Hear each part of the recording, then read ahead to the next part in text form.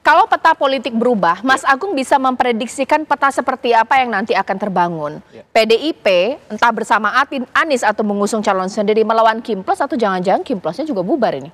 Iya, pertama saya akan quote and quote, putusan MK ini membuat PDIP mendapat efek underdog effect. Kemudian di Kimplos itu bandwagon effect. Nah, sekarang beradu dan akhirnya membuat klimaks di mana PDIP lebih diuntungkan dengan posisi karena putusan MK ini. Jadi underdog effect ini bisa menjadi bandwagon effect karena apa? Karena orang-orang lebih suka dengan kemenangan gitu. Nah, per hari ini bisa jadi Kimplosnya mendapat efek sebaliknya. Kalau PDIP menjadi bandwagon effect, kemudian Kimplosnya menjadi underdog effect. Nah, ini gimana nih? Apakah bisa berubah lagi seperti yang Caca khawatirkan? Jangan berubah lagi lah seperti ini terus. Tapi ini kan politik dinamis, apalagi ini Pilkada 2024 di Jakarta, di mana residu politik nasional selalu hadir. Kemudian ada cerita-cerita injury time di sana, sehingga mengubah banyak efek-efek dan menghadirkan efek-efek baru. Kalau misalkan 2017 ada 212 efek, di sini ada istana efek. Nah, saya kira MK efek ini bisa menjadi nalar baru ketika 2024 mengemuka proses pertandingannya yang demikian. Nah, yang menarik adalah saya akan ngutip lagi soal bagaimana efek putusan MK ini terstruktur, sistematis, dan masif. Terstruktur di politik itu dalam artian tadi ya, koalisinya berubah, koalisinya bergoyang, dan ini bisa menghadirkan situasi baru di Kimplos sendiri. Karena yang menarik, putusan ini kan lahir dari gugatan Partai Gelora yang notabene anggota dari Kimplos itu. Ini akan menjadi ancaman nggak sih, Mas Agung, untuk yang sudah mendeklarasikan PKS bahkan juga koalisi bersama dengan Ridwan Kamil? Otomatis ya, karena sebelum putusan MK lahir kan ada perasaan di mana kita tidak ada lawan yang sepadan, hanya paslon independen. Ketika putusan ini lahir, otomatis Anies dan Ahok mengemuka. Dan ini adalah orang-orang yang disurvei sangat tinggi dan berhasil sementara ini mengalahkan Ridwan Kamil. Nah, harus bagaimana Kimplos? Nah, kita akan menunggu respon itu dan saya kira pertandingannya akan menarik dan beginilah demokrasi yang ideal menurut kita semua. Saya sudah tersambung dengan Bang Nasir Jamil mewakili PKS. Dibandingkan Pak Suswono, nama Anies dan Ahok secara survei ini unggul. Seberapa percaya diri kemudian koalisi Jakarta Maju bersama dengan Pak Ridwan Kamil? Mundur nggak jangan-jangan ini PKS dari koalisi yang sudah mendeklarasikan diri? Begini, pertama tentu kita melihat Mahkamah Konstitusi itu bukan hanya penyeimbang demokrasi, bukan hanya penjaga konstitusi, tapi juga diakui atau tidak telah menjadi peradilan politik. Dan tentu saja putusan MK beberapa jam lalu bukan hanya pil pahit bagi kelompok tertentu, tapi juga bisa menjadi sirup manis bagi kelompok lainnya. Nah, bagaimana kemudian partai-partai politik terutama yang selama ini sudah berkoalisi untuk mengusung suatu kandidat? Ya, tentu saja mereka akan mencermati putusan ini dalam arti melihat bagaimana ke depan pasca putusan ini. Tapi memang di sisi lain saya pribadi menilai bahwa putusan MK itu juga sebenarnya memberikan ruang kepada partai-partai politik untuk menghadirkan apa yang disebut dengan regenerasi kepemimpinan. Jadi sirkulasi elit kepemimpinan itu telah dibuat oleh Mahkamah Konstitusi. Ya, nah oleh karena itu ini kesempatan sebenarnya bagi partai-partai politik untuk mengusung kader-kadernya yang mumpuni, yang punya kapasitas, kompetensi, kapabilitas, dan integritas untuk dipilih oleh masyarakat. Tapi di sisi lain ada realita politik di mana koalisi itu kemudian telah dilakukan. Nah, karenanya kan pertanyaan banyak orang adalah apakah putusan MK itu akan mengubah konstelasi, komposisi, dan koalisi yang hari ini sudah dibangun.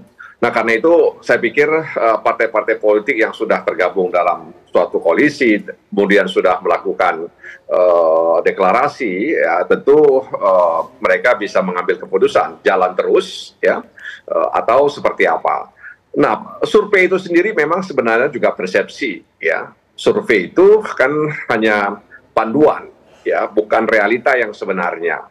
Ya, oleh karena itu ketika misalnya ada seorang kandidat yang diusung surveinya lebih rendah dari kandidat lain, ya tentu saja itu menjadi pekerjaan rumah bagi partai-partai pengusung untuk meningkatkan elektabilitas daripada kandidat yang mereka usung. Jadi sebenarnya ini kan juga sebenarnya bukan sesuatu yang luar biasa, yang menjadi luar biasa karena ada kontestasi di di DKI, di mana ada banyak partai, kemudian ada yang tertinggal, ya saya tidak katakan ditinggal karena ada yang tertinggal, ya. Kemudian ada putusan MK seperti angin segar ya bagi sejumlah partai politik untuk mengusung kandidat yang mereka akan usung nantinya. Jadi sekali lagi partai koalisi PKS misalnya ya tetap saja ya masih bersama dan saya pikir kita juga akan mencermati ini. Oke, baik.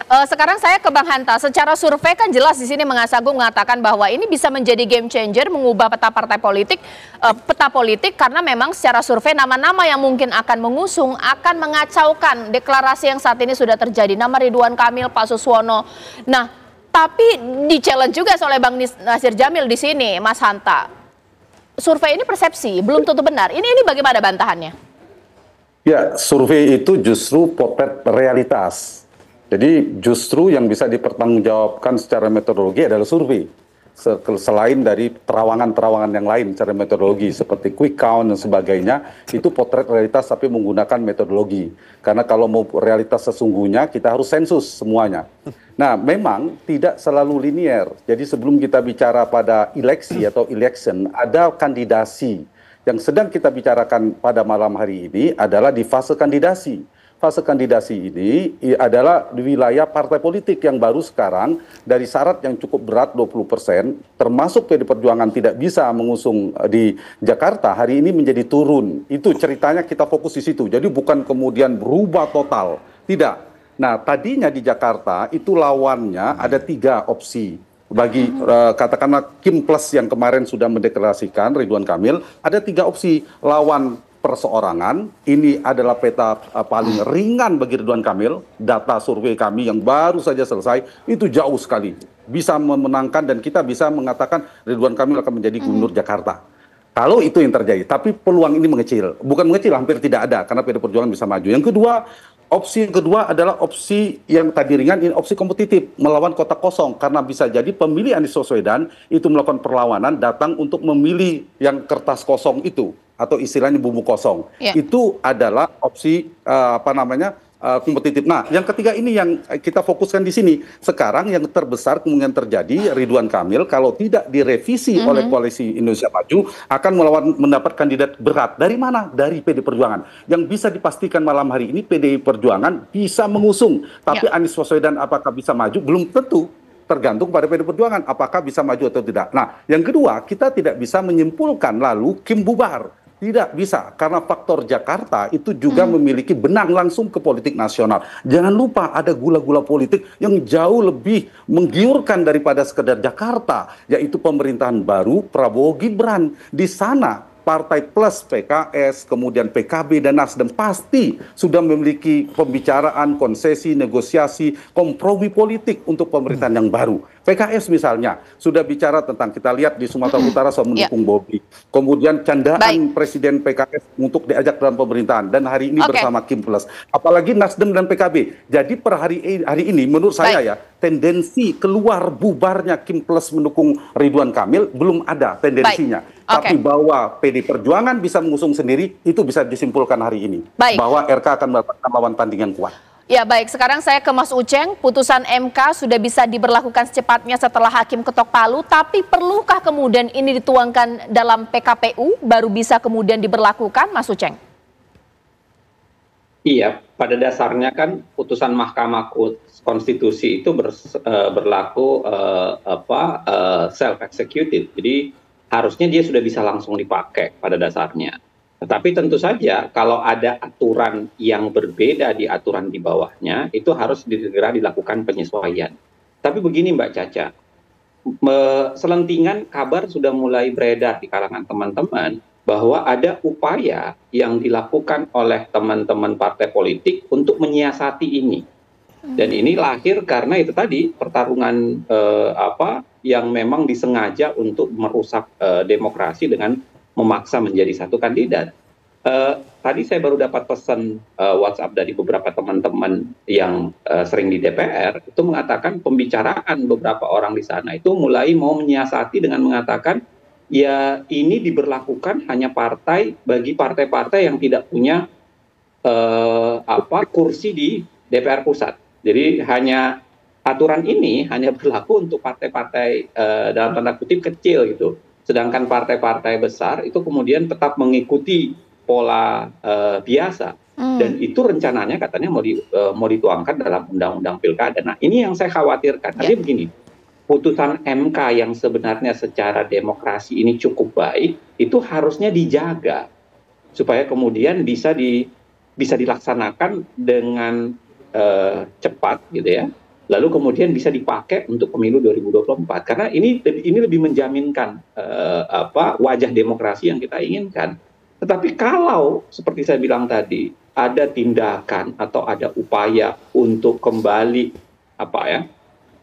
menahan itu, misalnya dengan yang saya bilang tadi ada berbagai selentingan bahwa akan mencoba menyiasati lagi dengan mengatakan hanya diperlakukan untuk partai tertentu sedangkan partai yang lain tidak, atau kemudian ada keinginan untuk langsung mengubah undang-undang pilkada dengan cepat, atau ada keinginan untuk menahannya atau membuat mekanisme yang berbeda di KPU. Saya rasa ini adalah tontonan yang sama sekali merusak sebenarnya demokrasi. Makanya perlu kita bilang atau perlu kita kirimkan sinyal kepada baik DPR maupun KPU, pemerintah ya.